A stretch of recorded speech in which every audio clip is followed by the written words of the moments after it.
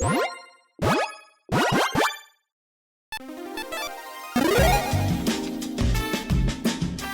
and welcome to the Commander's Quarters. I'm your host, Mitch. Glad to have you here. Here at the Commander's Quarters, we're all about Commander on a budget.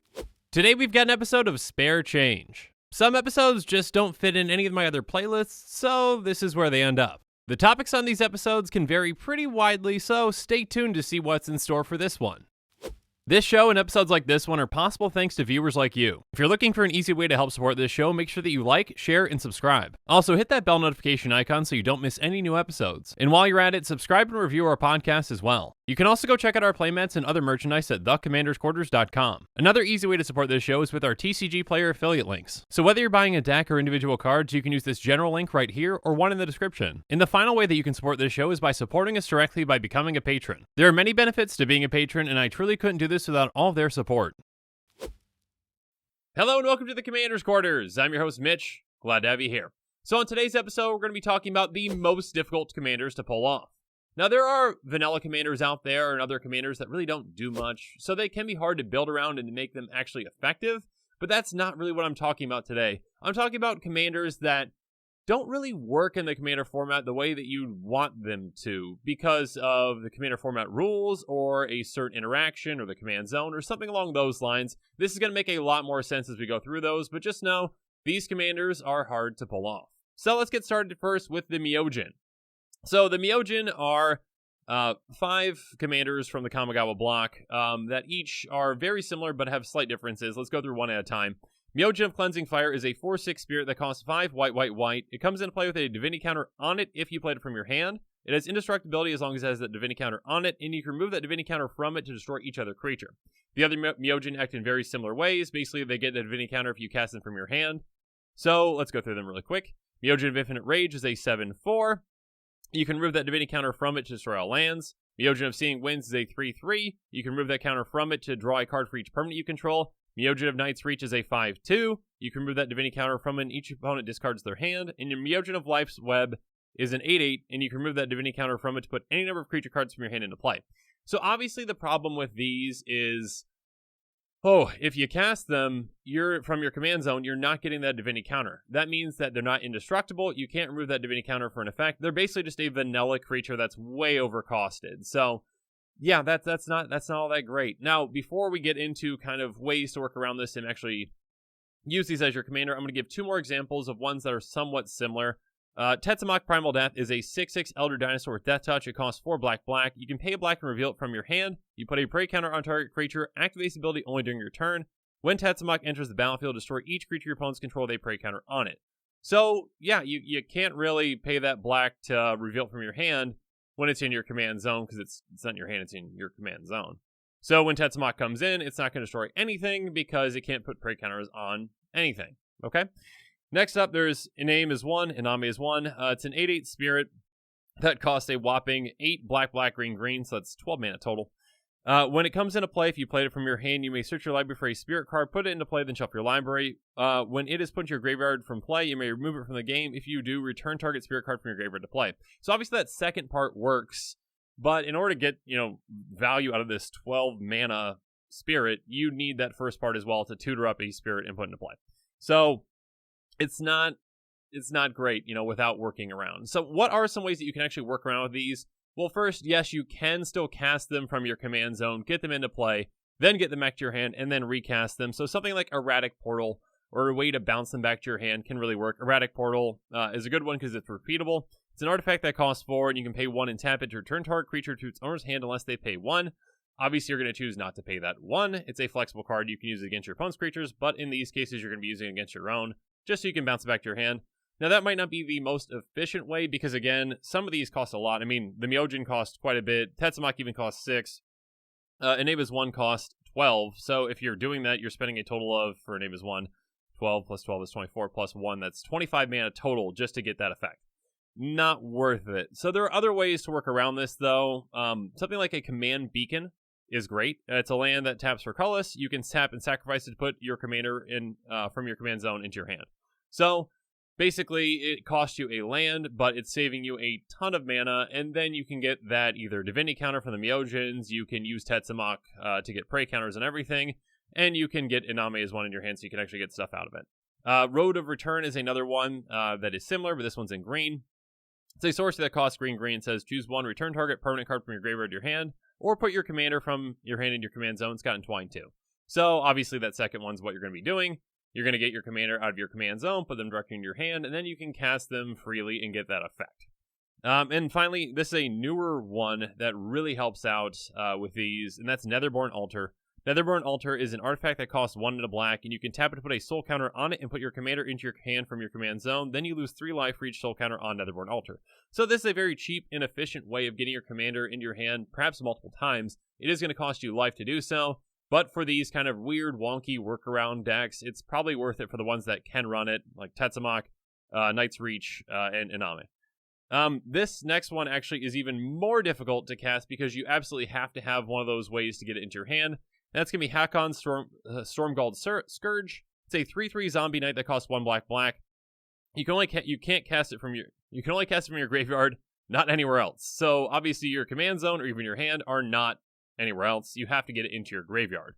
As long as it's in play, you may play knight cards from your graveyard, and when it's put into graveyard from play, you lose 2 life. So again, this one you actually have to get it into your hand with one of those command beacon type effects, and then discard it to get into your graveyard. Now, there are, ways to do that. You've got plenty of ways to discard cards in black. You can also use Netherborn Altar. You've got access to that. But this one is really hard to pull off. You do have a lot of tutors in black, but, the effect isn't all that great. But, you know what? If you want to challenge, build around this one. It could be a lot of fun. Another one that's actually a pretty popular one is Phage the Untouchable. Phage is a 4/4 avatar minion that costs 3 black. When it enters the battlefield, if you didn't cast it from your hand, you lose the game. When it deals combat damage to a creature, destroy that creature. It can't be regenerated, and whenever it deals combat damage to a player, that player loses the game.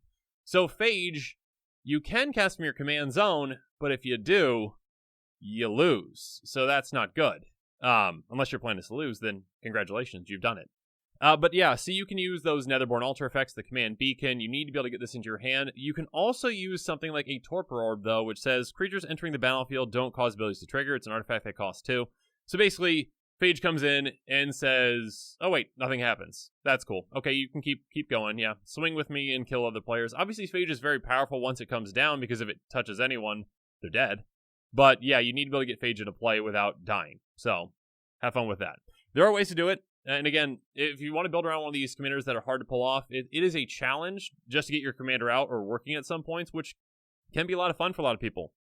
Another one that I found actually to be pretty difficult to build around, because it's not really a restriction, but if you want to build it in a way that, is probably most fun to build it, it takes a lot of work to make it work. Let's just go through it now. Bruna the Fading Light and Giselle, they combine into, Brucella. And basically, they need to be both on the battlefield at the same time to meld. Now, the problem with this is that they are not partner commanders. So, let's go through them now. Bruna is a 5/7 Angel Horde that costs 5 white. When you cast her, you may return target angel or human creature card from your graveyard to the battlefield. She's got flying and vigilance as well. Giselle the Broken Blade is a 4/3 Angel Horde that costs 2 white with flying, first strike, and lifelink. At the beginning of your end step, if you both own and control, so again, if you own them both, they meld together, okay? And yeah, Brucella, Voice of Nightmares is the name. So basically, if you want to get Brucella out, you need to get both of these angels into play at the same time. Now, one of them can be your commander, but not both of them. So most likely you're going to pick Bruna because she can get Giselle back. Giselle can't really get you Bruna back. So that's the way you're probably going to do it. The problem with this, though, is that you're in mono white, and mono white is not the best when it comes to tutoring up creatures, and not the best when it comes to card draw, or doing, much of anything that's very useful in Commander. Just joking. Anyway. So what you're going to want to do is you've got a couple of creature tutor spells that you can use, like a Thalia's Lancers. When it comes into play, you can search your library for a legendary creature, reveal it, and put it in your hand, then shuffle your library. So that can work. Then you can cast both.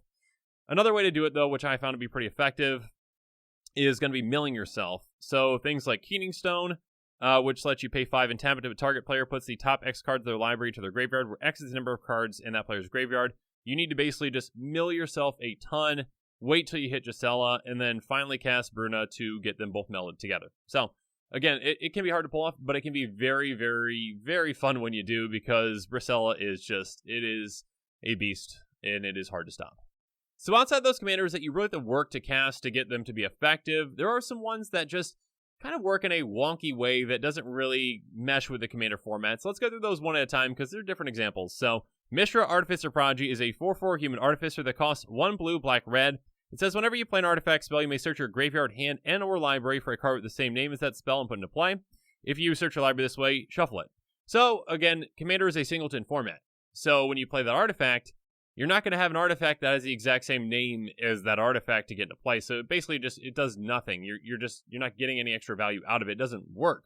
Now there are ways though that are kind of like workarounds that make it work, which can work in some pretty cool ways. So let's go through one of them now, and that's Possibility Storm, which is the enchantment that costs 3 red, red. It says whenever a player casts a spell from his or her hand, that player exiles an exile card to the top of their library until they exile a card that shares a card type with it.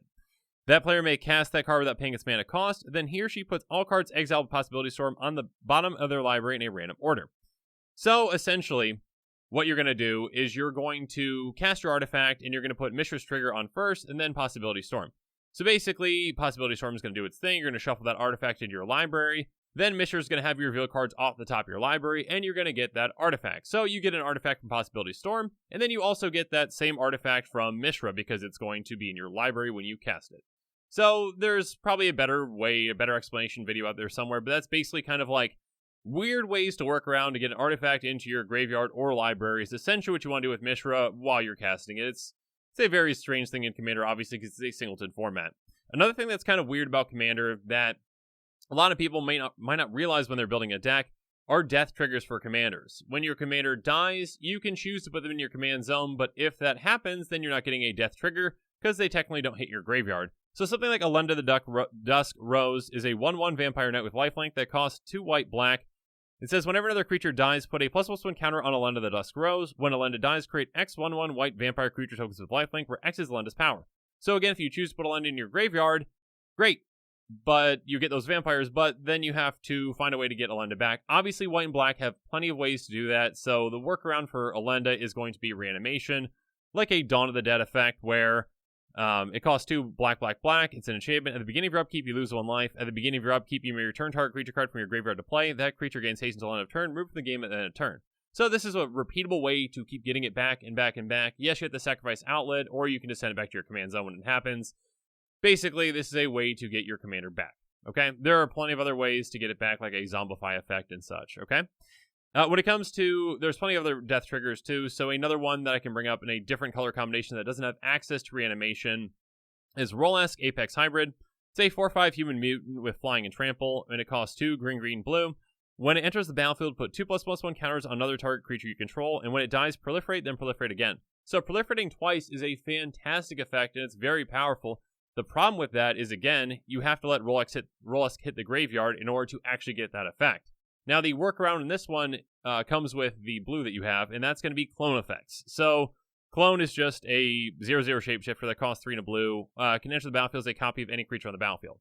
So, there are plenty of other clone effects out there. I'm not going to list them all here. But basically, you have your clone become a copy of Rolesque.